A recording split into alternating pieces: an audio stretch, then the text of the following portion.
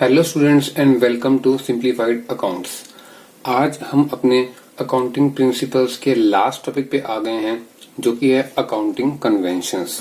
तो इससे पहले हमने अकाउंटिंग कॉन्सेप्ट सारे कर लिए हैं और अब हम आ गए हैं अकाउंटिंग कन्वेंशंस पे।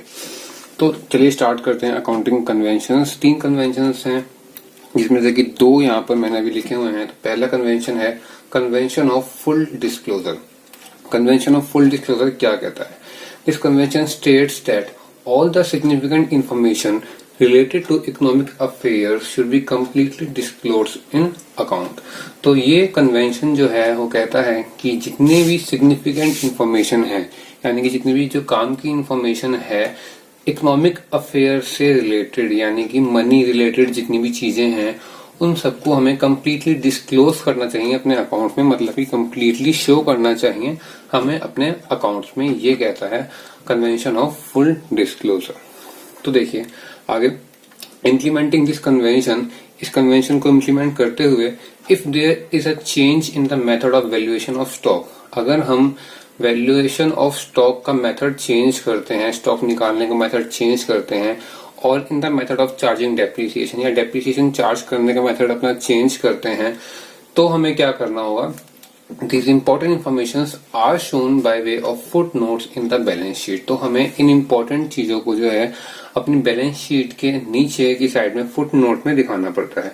अब हमने कोई मेथड चेंज किया है तो उसको हम इकोनॉमिक टर्म में नहीं दिखा सकते हैं, लेकिन क्योंकि कन्वेंशन ऑफ फुल डिस्क्लोजर है तो हमें उन चीजों को दिखाना भी है, तो हम उसको by way of foot note यानी कि नीचे की साइड में एक लाइन में हम शो कर देते हैं कि हमने कौन सा मेथड यहाँ पर चेंज किया है। तो ये है हमारा कन्वेंशन ऑफ फुल डिस्क्लोजर। तो अगले कॉन्सेप्ट पर आते हैं हम, अगले कन्वेंशन पर, जो कि है कन्वेंशन ऑफ मटेरियलिटी। मटेरियलिटी जो कॉन्सेप्ट है, कन्वेंशन है, वो थोड़ा सा अपोजिट है फुल डिस्क्लोजर के। कैसे है वो समझते हैं। According to this convention, items having insignificant effect are being और being irrelevant to the user need not to be disclose. यानी कि ऐसे आइटम्स जो कि हमें लगता है कि इररिलेवेंट है, कोई काम नहीं है उसका, या इनसिग्निफिकेंट है, इफेक्ट है उनका, मतलब उनको हम अगर शो करें या ना करें तो उसका ज्यादा इफेक्ट नहीं होने वाला है हमारे अकाउंट्स के ऊपर, या यूजर के लिए जो भी उस अकाउंटिंग स्टेटमेंट को पढ़ रहा है उनके लिए कोई भी इफेक्ट नहीं होने वाला है, तो हम उन चीजों को डिस्क्लोज नहीं करते हैं, यानी कि हम उन चीजों को अपने अकाउंट्स में नोट नहीं करते हैं।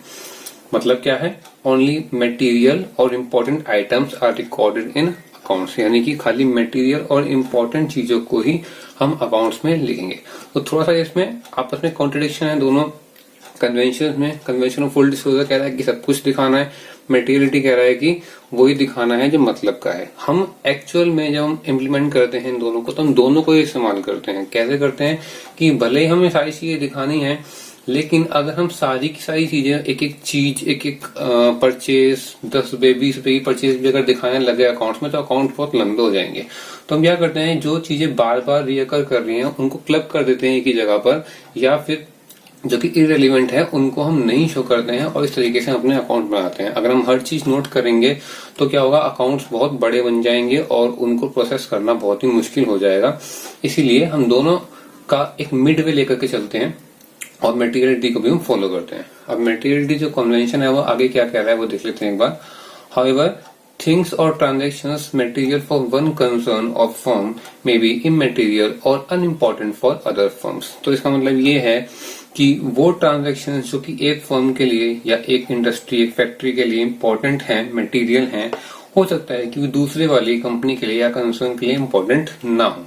फॉर इंस्टेंस, जैसे कि एग्जांपल लेते हैं, cost of small tools may be material for a small repair shop but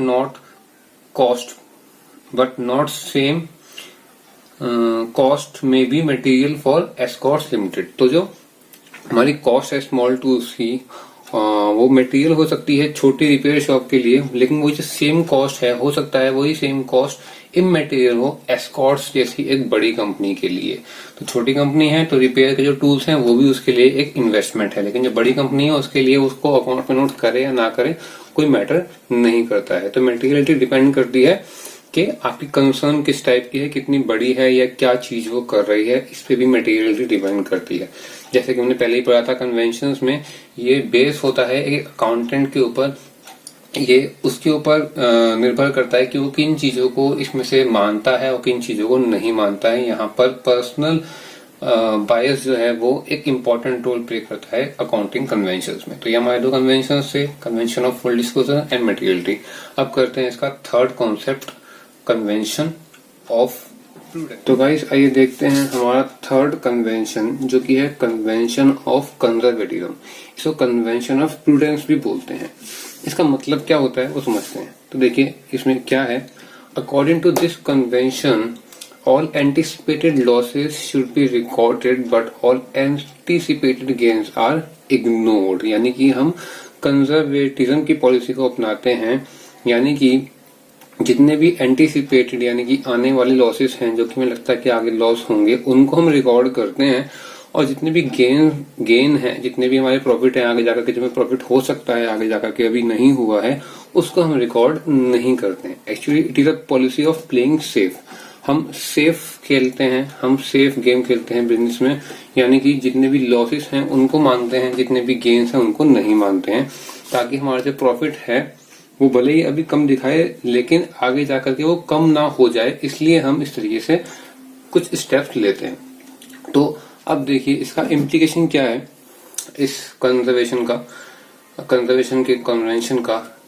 following this convention, इस कन्वेंशन को अपनाते हुए closing stock is valued at cost price और market price whichever is less. जो हमारा closing stock होता है, जो स्टॉक हमारी साल के अंत में बच गया है, उसको हम कॉस्ट प्राइस और मार्केट प्राइस दोनों में से जो भी कम होगा उस पर रिकॉर्ड करते हैं। यानी कि हम कम वैल्यू को रिकॉर्ड कर रहे हैं, एंटिसिपेटेड लॉस है उसको रिकॉर्ड कर रहे हैं। यानी कि अब देखिए मार्केट प्राइस क्या है, यानी कि वो प्राइस जिस पे हम उसको बेचने चले तो वो बिकेगी क्लोजिंग स्टॉक, और कॉस्ट प्राइस क्या है जितने पे हमने उसको एक्वायर खरीदा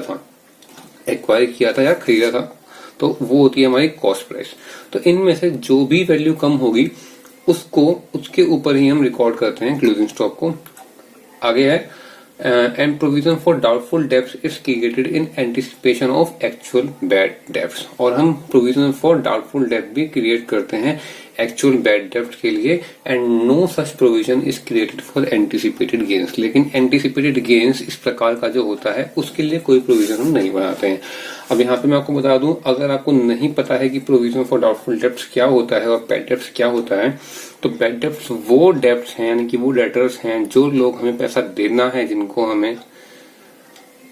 जिन लोगों से हम पैसा लेंगे वो होते हैं डेटर्स। तो वो होते हैं बैड डेब्ट्स जो कि हमें पैसा नहीं देने वाले हैं, यानी कि वो लोग जिनको पैसा हमें देना है, जो हमें पैसा देंगे बाद में लेकिन किसी भी कारण से वो नहीं दे पाते हैं, उनको हम बोलते हैं बैड डेब्ट्स। तो इस बैड डेब्ट के लिए आगे होने वाले नुकसान के लिए, अब देखिए बैड डेब्ट होगा तो हमें नुकसान होगा, उसके लिए हम पहले से ही प्रोविजन फॉर डाउटफुल डेब्ट बना के रखते हैं कि कोई डाउटफुल डेब्ट्स हैं, कुछ लोग ऐसे हैं जिन पे हमें डाउट है कि वो आगे जाके हमें पैसा नहीं देंगे, उसके लिए हम पहले से प्रोविजन बना के रखते हैं, कुछ पैसा इकट्ठा करके रखते हैं कि अगर आगे जाके हमें लॉस होगा तो इस प्रोविजन में से, इस रिजर्व में से उसको पूरा कर देंगे। लेकिन ऐसा कोई प्रोविजन हम कोई भी गेन के लिए नहीं बनाते। अब देखिए कुछ लोगों को हमें पैसा देना है, हो सकता है आगे जाकर वो हमें पैसा ना दें, लेकिन कुछ लोग ऐसे भी हैं जिन लोगों को हमें पैसा देना है, यानी कि हमारे क्रेडिटर्स। हो सकता है कि आगे जाके कुछ ऐसे क्रेडिटर्स भी हों जो हमसे पैसा ना लें, यानी कि उनका बिजनेस बंद हो जाए तो हमारे लिए गेन होगा, लेकिन ऐसे किसी गेन को हम मेंशन नहीं करते हैं, हम खाली लॉस को ही मेंशन करेंगे, हम गेन को, ऐसे आने वाले और गेन्स को मेंशन नहीं करते हैं। तो यही है इस कन्वेंशन के अंदर, और इस तरीके से हमारे सारे कन्वेंशन खत्म होते हैं। Accounting principles, accounting concept convention का पूरा टॉपिक यहाँ से हमारा खत्म होता है, और इसी के साथ हमारा थ्योरी बेस भी खत्म होता है। अब आगे आने वाली वीडियो में हम करेंगे अकाउंटिंग इक्वेशन, और अगर आपको ये वीडियो अच्छी लगी हो तो इस वीडियो को लाइक करें, और आगे आने वाली वीडियोस को देखने के लिए प्रैक्टिकल पार्ट जिसमें हम करने वाले हैं हमारे चैनल को सब्सक्राइब करें। और अब मिलते हैं अगली वीडियो में अकाउंटिंग इक्वेशंस के साथ। Till then, goodbye and keep learning.